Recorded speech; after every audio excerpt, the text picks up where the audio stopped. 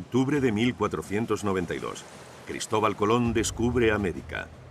Es su momento de triunfo, ganando su lugar en la historia. Pero la epopeya de Colón no acaba aquí. Mucha gente desconoce que cruzó el Atlántico otras 3 veces. Y lo arriesgó todo.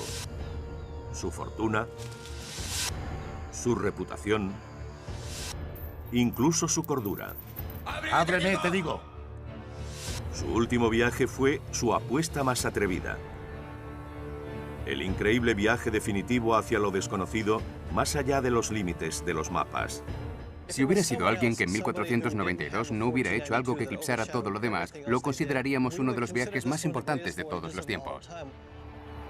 Es una batalla contra los elementos, los pueblos nativos e incluso su propia tripulación. Es un viaje asombroso y ha sido olvidado totalmente. Pocos saben que el hombre que descubrió el Nuevo Mundo acabó arruinado, náufrago y destrozado.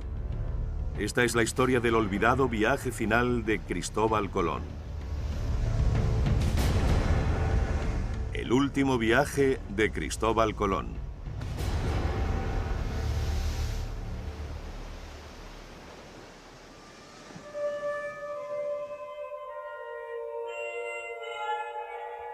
Ocho años después de poner pie en el Nuevo Mundo, Colón está preso en su propia colonia. Te digo, abre la puerta. ¡Ábreme! Su duro liderazgo ha vuelto a los colonos en su contra e incluso le ha hecho distanciarse de sus mayores defensores, el rey y la reina de España. Hombre, ¿quién viene que abre la puerta? Pero sigue soñando con navegar más allá del horizonte occidental, hacia el sol poniente, para encontrar una nueva ruta a las riquezas de China. Y lo compromete todo para hacer un último viaje. Para obtener permiso para su cuarto viaje, tuvo que prometer algo extraordinario. Tuvo que decir, no solo voy a ir al Nuevo Mundo, voy a dar la vuelta al mundo. Voy a encontrar ese paso. Voy a ir a la India. Voy a volver con todas las riquezas que he estado prometiendo todo este tiempo. Voy a tomarme mi tiempo para luchar por la Iglesia y expulsar a los infieles de Jerusalén. Y luego voy a volver. Es como decir, me voy a la luna y vuelvo. ¿Les importa? Así consigue una última oportunidad. 8 años antes, en el primer viaje, todo fue muy diferente. Cuando Colón y sus tripulaciones partieron de España para cruzar el Atlántico, las vastas aguas sin explorar se llamaban simplemente la Mar Océana.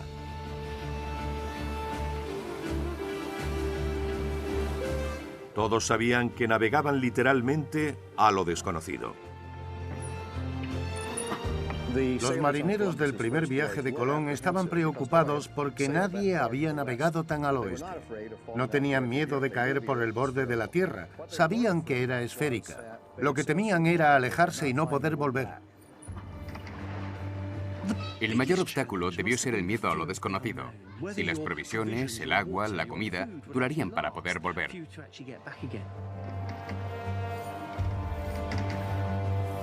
Pero estaba en juego una recompensa extraordinaria.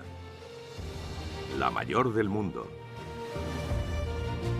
Las riquezas de Asia, perlas, oro y especias de China, la India y Japón. Eran el petróleo de la época. Europa las consumía vorazmente, pero prácticamente no podía abastecerse por sí sola, así que comerciar con ellas podía significar grandes fortunas. Hasta ese momento, la única forma en que los europeos podían conseguir esos artículos de lujo era viajando hacia el este por tierra, a través de Oriente Próximo, Persia y Afganistán. Era un viaje largo y peligroso. Ahora se trataba de encontrar una ruta más rápida. Los portugueses, una gran nación de navegantes, estaban empezando a explorar una ruta que pasara por el sur de África. Pero Colón propuso lo que pensó que sería un viaje mucho más corto y rápido, navegando en dirección contraria, al oeste, a través de la Mar Océana hasta China. La única idea realmente brillante de Colón fue la de que podía llegar a China navegando al oeste desde Europa. Esta idea, su llamada Empresa de las Indias, significaba que tenía que haber un paso occidental desde España, cruzando el océano hasta China, y una manera barata y fácil de volver con mercancías de China a Europa.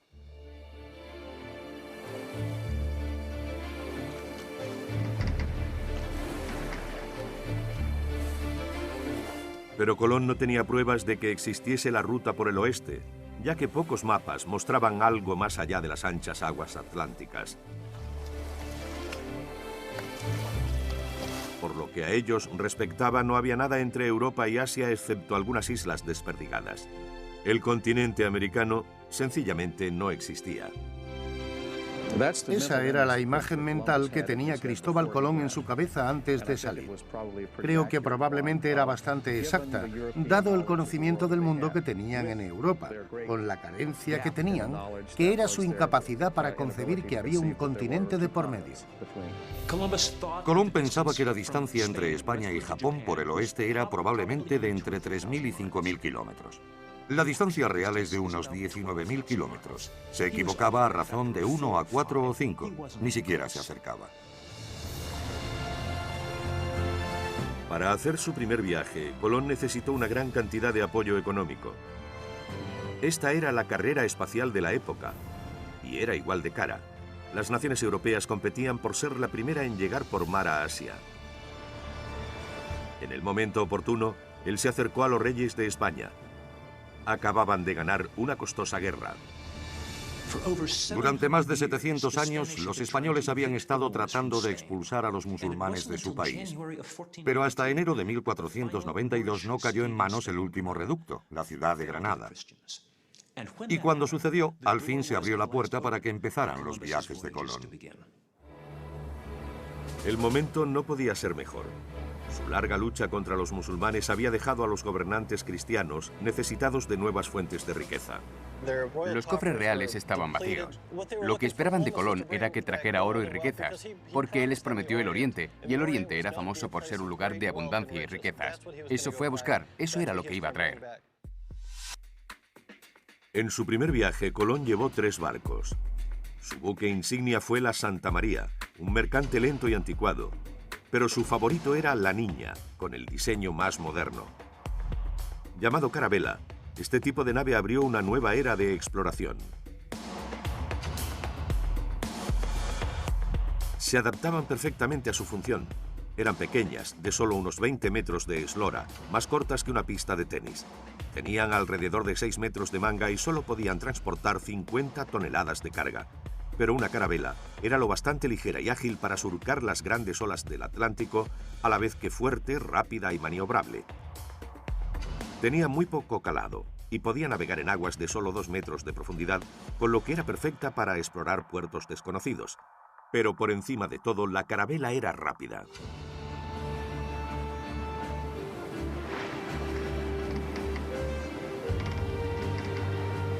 Por lo que sabemos, gracias a los diarios de Colón, las carabelas podían recorrer de 100 a 130 kilómetros al día, e incluso a veces hasta 160, lo cual para esa época era una velocidad realmente impresionante. Esas cosas iban disparadas por el agua para los estándares del siglo XVI. Pero incluso a esa velocidad, Colón y sus hombres tenían que recorrer una distancia enorme para encontrar tierra. Antes del primer viaje de Colón, es poco probable que cualquier otro marino europeo hubiera pasado más de quizá 7 o 10 días sin ver tierra. Colón multiplicó ese tiempo por 4 de un golpe. Fue algo realmente valiente que solo podía hacer un hombre obsesionado con la idea de lograr un objetivo importante. Pero sus tripulantes no comparten esa obsesión. El 1 de octubre, la flota de Colón ha recorrido unos 5.000 kilómetros. Tan lejos de España, muchos de los hombres comienzan a asustarse. Cuanto más nos alejamos del hogar, más crece su malestar y su descontento. Cada hora que pasa se quejan más.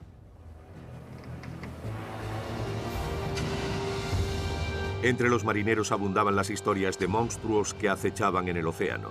Uno contaba que había visto una serpiente marina que levantaba la cabeza y se llevaba a los hombres.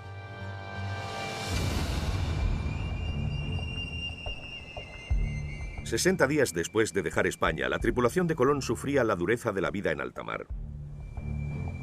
La comida se pudría y el hedor que había bajo cubierta había obligado a muchos a dormir a la intemperie.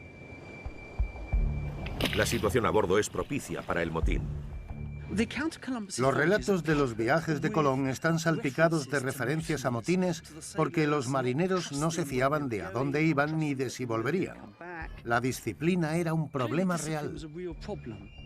Finalmente, un grupo de marineros exigió a Colón que diera media vuelta a las naves para volver a España. La costa está cerca. Sabían que habían llegado a un punto a partir del cual, si Colón estaba en lo cierto, debían haber visto tierra. Esto les hizo creer que quizá la gran idea del navegante era equivocada. En el cielo y en el mar. Pero arriesgándolo todo, Colón contuvo a los amotinados, convenciéndolos de que confiaran en él solo 3 días más. Después de todo, habían divisado vegetación en el agua, una señal de que debía haber tierra cerca. Y parecía tentadoramente próxima. Un ansioso vigía grita tierra a la vista. ¡Tierra! ¡Tierra! Pero resultó ser solo una nube baja. Por fin, el tercer día, viernes 11 de octubre de 1492, Colón ve tierra de verdad, justo a tiempo de salvarlo del amotinamiento. Al día siguiente, baja a la orilla.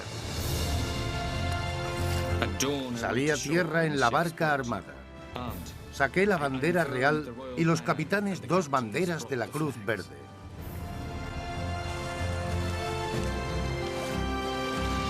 Las banderas con las armas de los monarcas españoles reclamaban el nuevo mundo para una potencia europea. Creyendo estar en el lejano oriente, Colón llamó a las islas las Indias. En realidad, estaba en las inmediaciones de un nuevo continente, América. Gloria al Padre, al Hijo y al Espíritu Santo, como era en el principio. Habiendo dado gracias a nuestro Señor, llamé a los capitanes y dije que diesen fe y testimonio cómo tomaba posesión de la dicha isla para el rey y la reina. Yo tomo posesión de esta isla. Toda la flota presenció este acto. En nombre de los reyes de España. Doy a esta isla el nombre de San Salvador, en honor de nuestro bendito Señor y Salvador.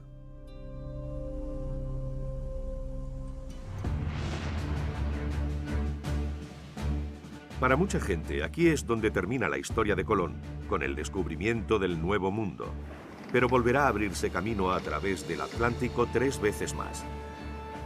En octubre de 1492 ni siquiera sospecha Colón que está a punto de emprender sus mayores y más arduas aventuras. Le aguardan la guerra, el naufragio, el motín y el desastre. Alcanzará su clímax en su último viaje.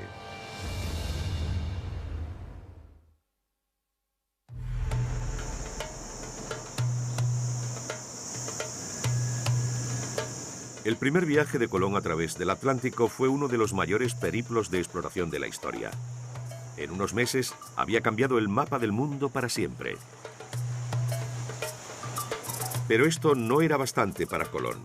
Quería que el Nuevo Mundo también lo cubriera de riquezas y se dispuso a descubrirlas.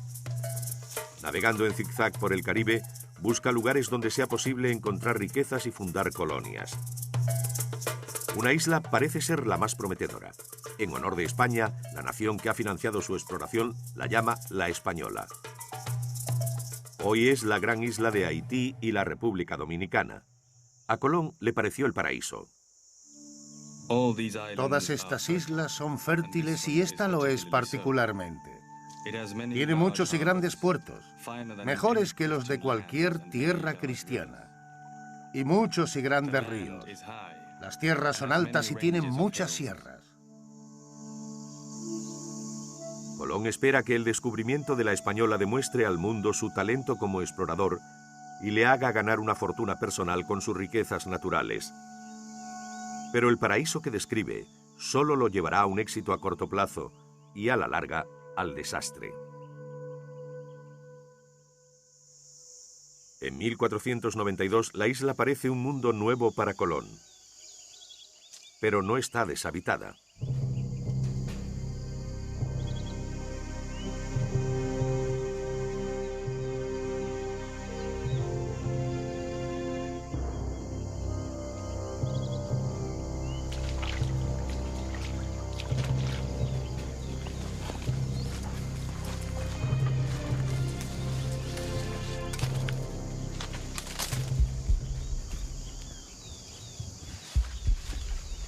Allí viven unas 100.000 personas.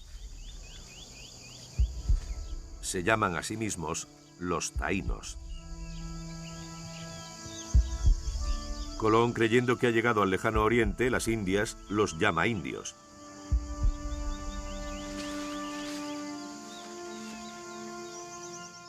Los taínos, que creen que su dios viene por el mar, piensan que Colón es de naturaleza divina. Lo que no comprenden es que esos dioses pretenden explotar a la gente y sus recursos.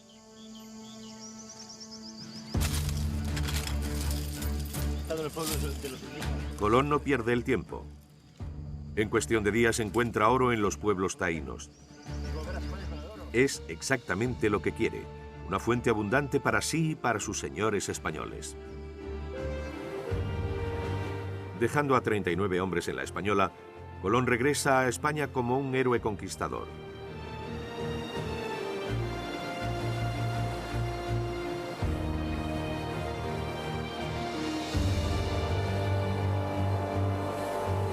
Pero para Colón, el descubrimiento de América no es más que el principio.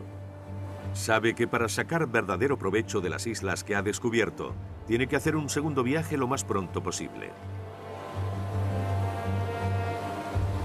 Solo tarda 6 meses en organizar una flota de 17 barcos para su segundo viaje al Nuevo Mundo. Esta vez será distinto, un viaje más de colonización que de descubrimiento. Y es una expedición mucho mayor con colonos, funcionarios reales y caballeros aventureros que esperan hacer su propia fortuna al lado de Colón. En este segundo viaje, la travesía del Atlántico es tranquila y rápida, tomando una ruta más al sur que en el primer viaje. Después de solo 24 días, llegan al Caribe y viran al norte hacia la Española. Fondean cerca de la orilla por la noche, esperando ver a los colonos que habían dejado. Pero la orilla permanece oscura y silenciosa.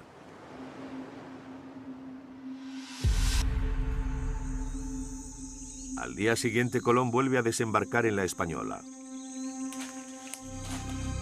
Pero se encuentra con que el asentamiento ha sido destruido y han matado a los 39 marineros. Para Colón, es el primer indicio de que establecerse en la Española va a ser mucho más difícil que la propia travesía del Atlántico. Colón necesita encontrar un nuevo emplazamiento para construir un asentamiento permanente que pueda abastecerse de alimentos y defenderse por sí mismo. Se lleva sus naves a unos 110 kilómetros al este. Allí, un año después de su primer viaje, Colón establece Isabela.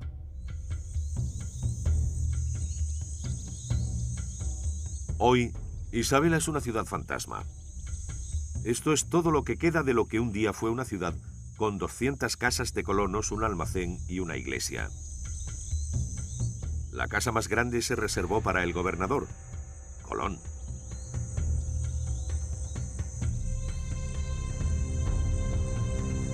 Pero la Isabela estaba condenada desde el principio. Era una trampa mortal. No tenía agua dulce y estaba mal defendida de los elementos. Situada en la costa norte de la Española, la colonia sufrió toda la fuerza del peor clima caribeño. Su puerto estaba totalmente desprotegido. Y lo que era peor, la zona circundante estaba llena de pantanos, un terreno de cultivo perfecto para enfermedades letales. El esqueleto que vemos aquí es de un español que murió a la edad de 37 años, seguramente de malaria. Fue uno de los primeros colonos y la malaria era una de las causas de muerte más comunes en aquel tiempo en la Isabela. Había otras enfermedades como el dengue, pero la mayoría moría de malaria. La enfermedad, el mal tiempo y el hambre provocaron los primeros signos de descontento entre los colonos. La Isabela evidentemente no es un buen lugar para una nueva ciudad. Colón se adentra en el corazón de la Española.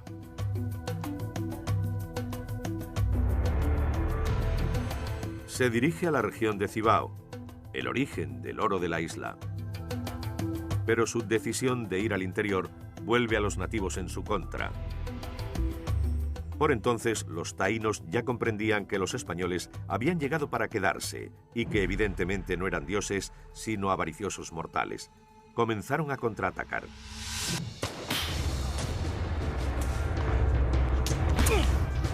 Colón responde con contundencia. Los taínos se ven obligados a someterse a sus designios.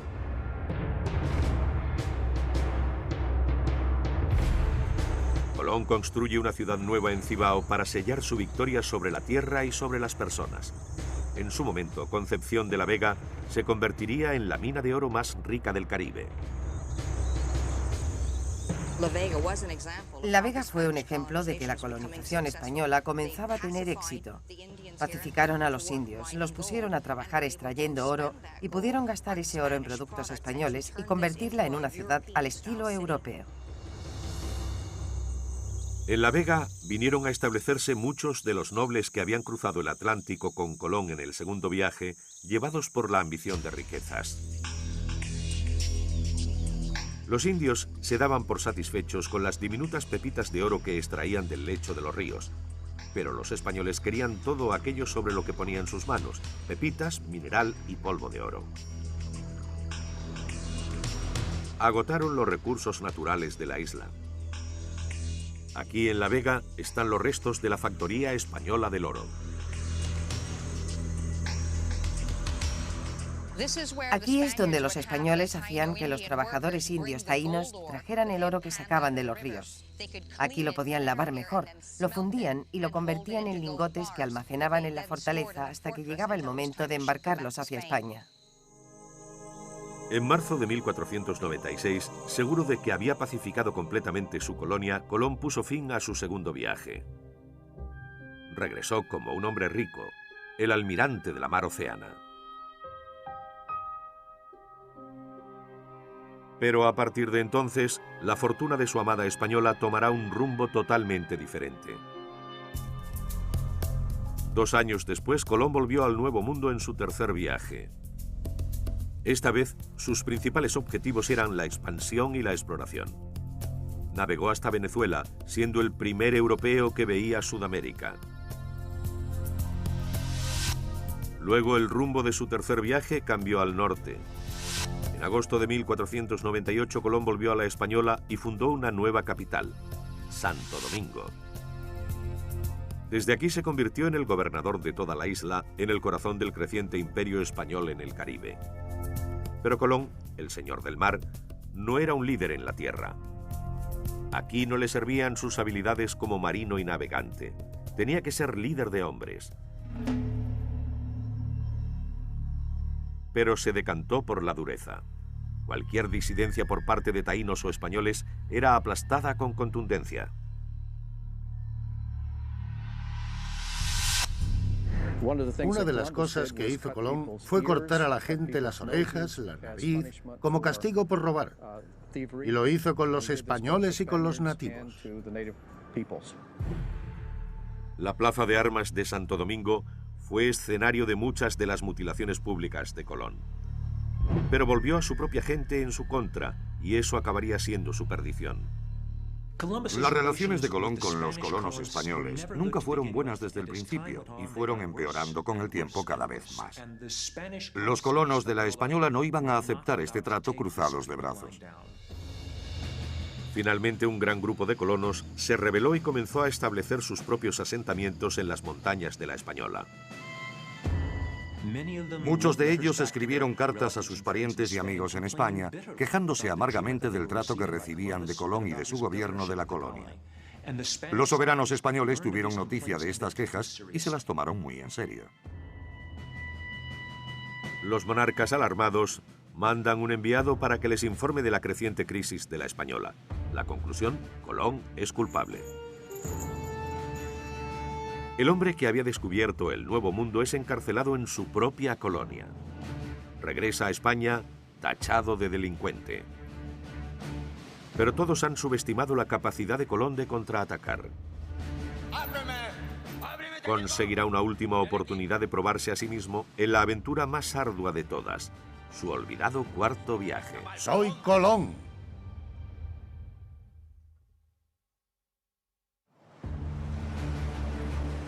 Cristóbal Colón ha ganado su fama con el descubrimiento del Nuevo Mundo, pero a su momento de gloria le sigue una dramática caída en desgracia.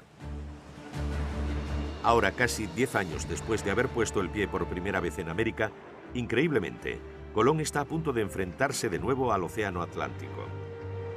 Este cuarto viaje será el más controvertido y devastador de todos. Pese a su mala gestión en el Nuevo Mundo, pese a haber regresado a España cubierto de cadenas, pese a ser juzgado por su comportamiento, los reyes de España han perdonado a Colón.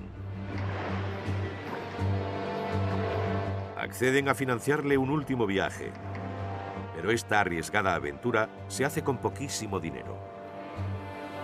Fue una operación a pequeña escala. Tenía barcos malos, una tripulación sin experiencia. Era obvio que los monarcas españoles no lo consideraban una de sus prioridades.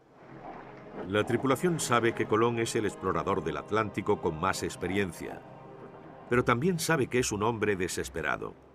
Su reputación y sus finanzas están destrozadas. Esta es su última oportunidad de salvar su nombre y hacer fortuna. Además, los reyes han cambiado su trato original con Colón. En principio, él iba a controlar la exploración del Nuevo Mundo y se iba a quedar con una importante parte de los beneficios. Ahora todo ha cambiado. Los monarcas han concedido el derecho de conquista y colonización a otros exploradores, y Colón no ve ni un céntimo. Ahora es el hombre del pasado. Sus escritos reflejan su intensa amargura al perder las riquezas del Nuevo Mundo. Mi honor y mis propiedades están arruinadas. Ahora, hasta los sastres piden permisos de exploración.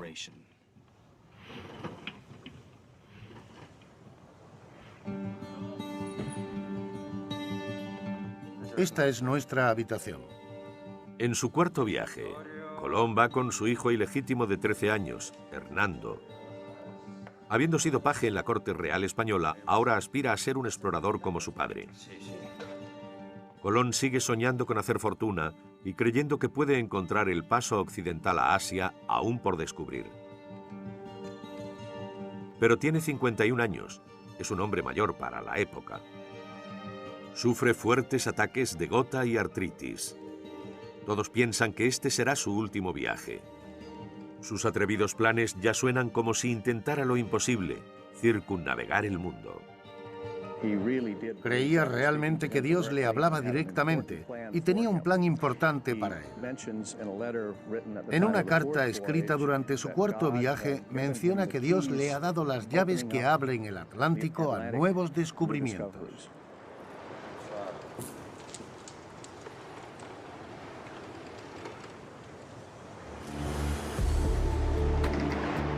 Para este proyecto exageradamente ambicioso, Colón consigue seleccionar a algunos miembros clave de su tripulación.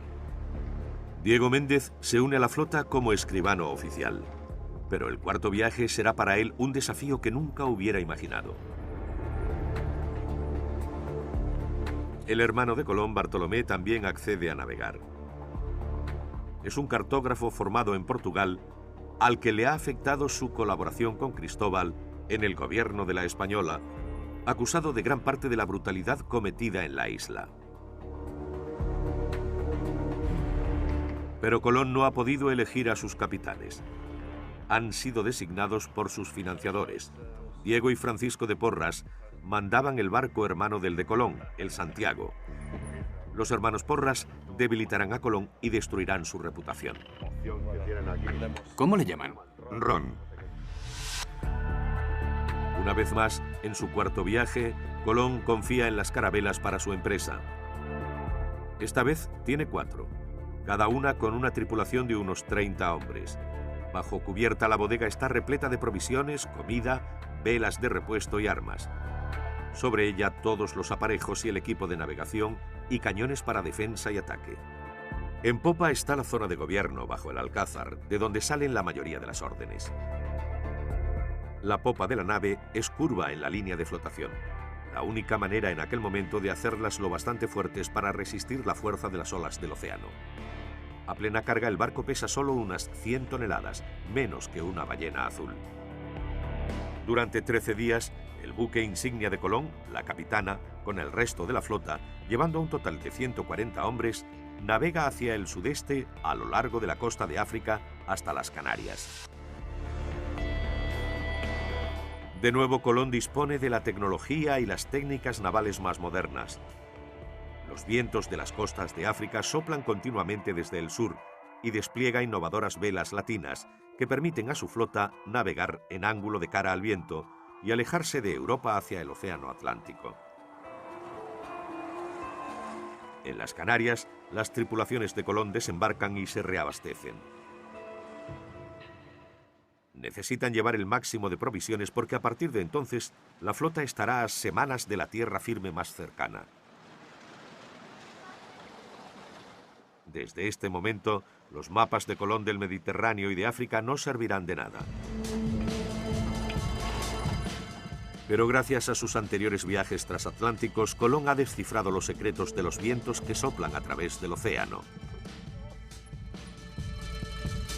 Hace varios años aprendí que los vientos de poniente que soplan todo el año en las latitudes más altas son tan fiables como los de levante, pero en la dirección opuesta. La navegación transatlántica es un proceso bastante sencillo si se conocen los vientos, porque se pueden seguir los vientos alisios del noreste, desde las Canarias o Madeira, que llevan hasta las islas de Barlovento del Caribe Oriental. Luego, moviéndose hacia el norte, se pueden seguir los vientos de poniente que llevan a latitudes más al norte, y así se puede completar el viaje por el océano. Casi se puede hacer un círculo completo con el viento en popa todo el camino.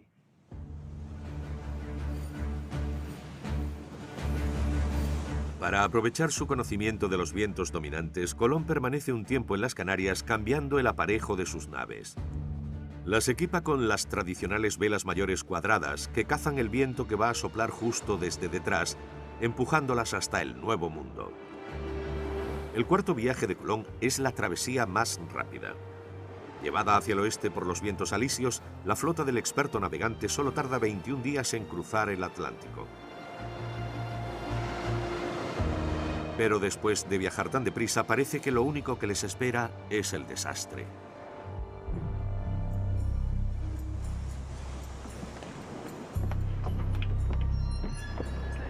Creo que vendrá un huracán. Colón, siempre alerta ante los elementos, nota un cambio extraño en el tiempo. Observa una calma en el aire, corrientes anormales e inusuales formaciones de nubes. Es la señal de una letal amenaza caribeña. Para Colón solo puede significar una cosa. Un huracán. Un huracán. Ya sufrió uno en su segundo viaje. Algo sabe de su enorme poder destructivo. La palabra huracán proviene de los indios taínos que tenían que enfrentarse a ellos todos los años. Los taínos llamaban huracán al espíritu maligno. Originalmente se decía que Hurrancán era el dios de los vientos. De media, el Caribe es golpeado por un mortífero huracán con vientos de hasta 180 kilómetros por hora 2 veces al año. Cuando los vientos son de más de 110 kilómetros, una tormenta tropical se convierte técnicamente en huracán y tiene la fuerza suficiente para destruir una pared. A más de 160 kilómetros pueden reducir una casa a astillas. Un huracán de categoría 5 sopla hasta 240 kilómetros por hora, golpeándolo todo a su paso con 11 toneladas de presión.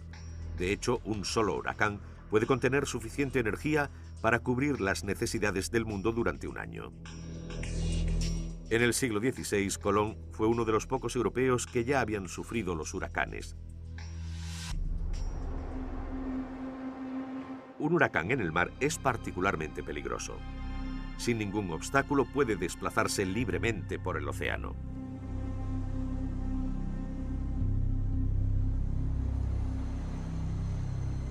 Colón sabía que su flota no superaría la tormenta que se acercaba, de modo que sin perder tiempo, envía un mensaje a Obando, su sustituto como gobernador, alertando de la inminente tormenta y solicitándole permiso para desembarcar en la Española. Colón sabe que está contraviniendo las órdenes de los monarcas. Han accedido a apoyar el cuarto viaje con la condición de que no vuelva a poner el pie en su propia colonia, la Española. Cuando Colón llega a la Española es tenido en muy baja estima por los colonos españoles. Nadie lo quiere. Todos recuerdan su mandato cruel y tiránico como gobernador de la colonia. Pero Colón no tiene otra opción. Necesita desesperadamente un puerto seguro como refugio de la tormenta que se avecina. Su mensajero regresa con la terrible noticia de que el gobernador Obando no le permite desembarcar en la Española. Nadie en tierra creía que se acercara una tormenta. Para Colón es un golpe devastador. Ahora tendrá que confiar únicamente en su habilidad de marino para sobrevivir. Al comprender que el huracán vira hacia el norte de la Española, lleva sus barcos en la dirección opuesta. Fondea en una bahía abrigada que espera le dé alguna protección ante la fuerza del huracán.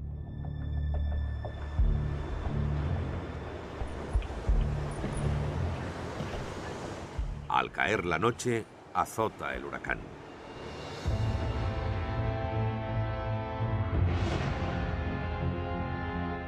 La fuerza salvaje del océano lo sobrepasa, arrancando todas las naves de sus anclas y dispersándolas por el mar. Colón registró más tarde el terror de esa noche. La tormenta era terrible y en aquella noche me desmembró los navíos.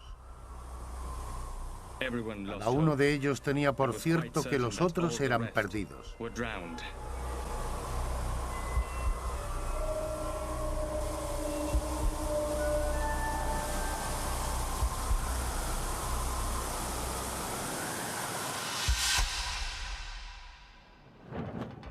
Por fin pasa la aterradora tormenta.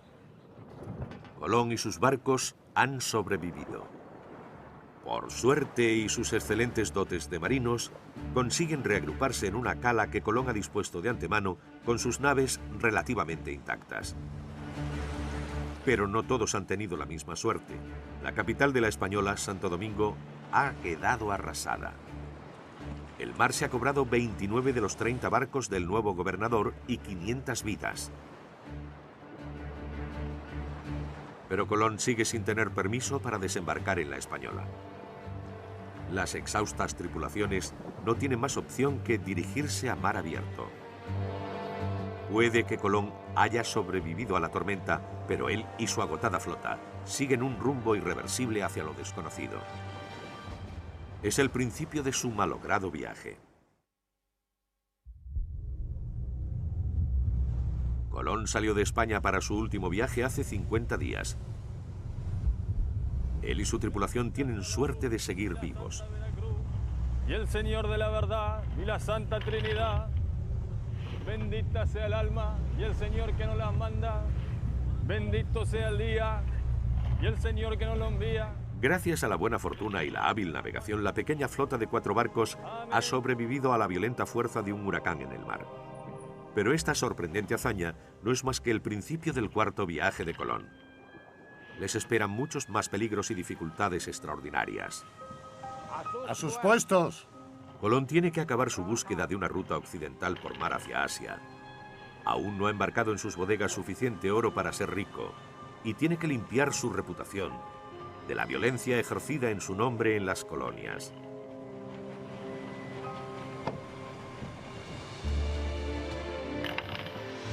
La flota zarpa de nuevo. Se detienen brevemente en Jamaica para reabastecerse de provisiones y navegan hacia el oeste siguiendo la costa de Cuba. Más allá se encontrarán en aguas totalmente inexploradas. Ningún europeo ha pasado de aquí antes.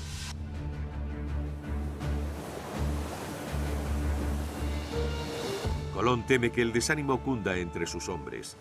Se les ha denegado desembarcar en el único asentamiento español del Caribe y no ven el final de su viaje. Por delante están los temibles peligros de alta mar. Pero Colón tiene un ardid que ya usó en su primer viaje para que su tripulación recobre la moral. Lo describe en su diario. Para que conserven su esperanza y disipen sus temores a un viaje largo, decidí registrar jornadas más cortas de las que realmente hacíamos. Lo hice para que no pensaran que estaban a una distancia tan grande de España como realmente era. Llevaría para mí un cálculo confidencial y exacto. Una vez más, Colón demuestra sus errores de juicio como líder. Engañar a los marineros solo es una solución a corto plazo. Aunque la tripulación no sepa realmente a dónde se dirige, Colón puede estimar su posición en el mar gracias a un método de navegación bien empleado. Colón utilizaba un sistema de estimación más bien tosco, pero bastante eficaz. Debía medir el tiempo usando un simple reloj de arena calibrado a intervalos de media hora. En segundo lugar, tenía una brújula que le decía la dirección que seguía. Y averiguaba la velocidad a la que navegaba calculando el tiempo en que un objeto iba flotando de la proa a la popa. Toda esa información podía trazarla en una sencilla tabla como esta, lo que le permitía medir el rumbo del barco y con esa información hacerse una idea aproximada de dónde estaba.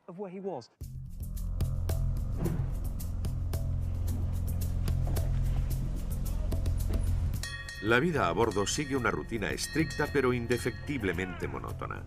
El tiempo se divide en turnos de guardia que duran 4 horas cada uno. A cada marinero se le asigna una tarea concreta: fregar la cubierta, cocinar, hacer de vigía, marcar las horas y mantener el barco en buen estado. Pero a más de 7.200 kilómetros de su hogar y frecuentemente sin tierra a la vista, su único consuelo real es la religión. La esperanza de que un poder superior salvaguarde sus vidas. Dios te salve María, llena eres de gracia, Señor. Bendita eres entre todas las mujeres. Las condiciones a bordo de estos pequeños barcos eran extremadamente hacinadas e insalubres. No creían que bañarse fuera algo bueno, así que empiece por ahí e imagine el resto. Los hombres dormían en la cubierta, cada uno en su propia colchoneta. Volvamos a lo del baño. Gran parte de la dieta eran cosas como el ajo, la ternera en salazón y el vino. En esas condiciones debía ser una tripulación bastante apestosa. Ir al lavabo no era algo muy fácil. Básicamente te ibas a la borda con todo colgando. Es una forma muy incómoda y poco digna de hacerlo.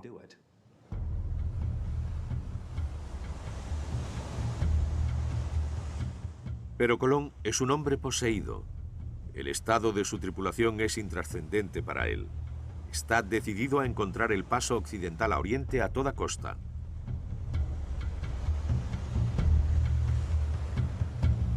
Cree que ha estado muy cerca de encontrarlo antes. En sus 3 primeros viajes, descubrió la mayoría de las islas del Caribe. En su 4º viaje sigue creyendo que todas esas islas son parte de Asia. Sigue incrementando las evidencias conseguidas en sus viajes anteriores. En todos sus viajes, Colón buscaba animales y plantas que de alguna manera pudieran confirmarle la idea de que había llegado a China. Cada pájaro, cada planta, cada pimiento, cada especia, todo lo que encontraba que remotamente le recordara algo asiático, era para Colón una confirmación extraordinaria de que tenía razón y realmente había llegado a Asia.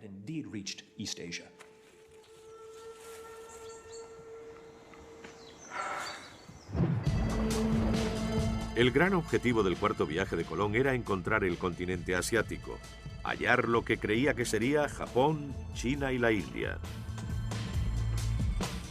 Buscando un paso, navega a lo largo de la costa centroamericana. Es el primer europeo de la historia en cartografiar este territorio. En su camino, Colón ha conocido a muchos indios que le han relatado historias de un lugar llamado Cigare y un inmenso canal de agua tierra adentro. También dicen que la mar rodea Cigare y de allí a 10 jornadas es el río Ganges. Esto le pareció a Colón el paso occidental en el que siempre había creído, un canal secreto que conecta con el océano y lo llevará a las Indias. En octubre de 1502, Colón se detiene en un lugar llamado Chiriquí, en el actual Panamá. Sigue un canal tierra adentro creyendo que lo llevará al Océano Índico. Colón está a punto de descubrir si su teoría del paso occidental es correcta. Pero el vasto canal termina abruptamente. Es solo una de tantas inmensas lagunas muy comunes en la costa de América Central. Puedes confundirte con bastante facilidad con estas lagunas, porque son inmensas, grandísimas, y al no verse el horizonte piensas que son parte del océano. También los canales que se adentran en la tierra parecen canales gigantescos, así que se confundió en bastantes ocasiones. Pero los indios de Chiriquí le proporcionan una pista importante.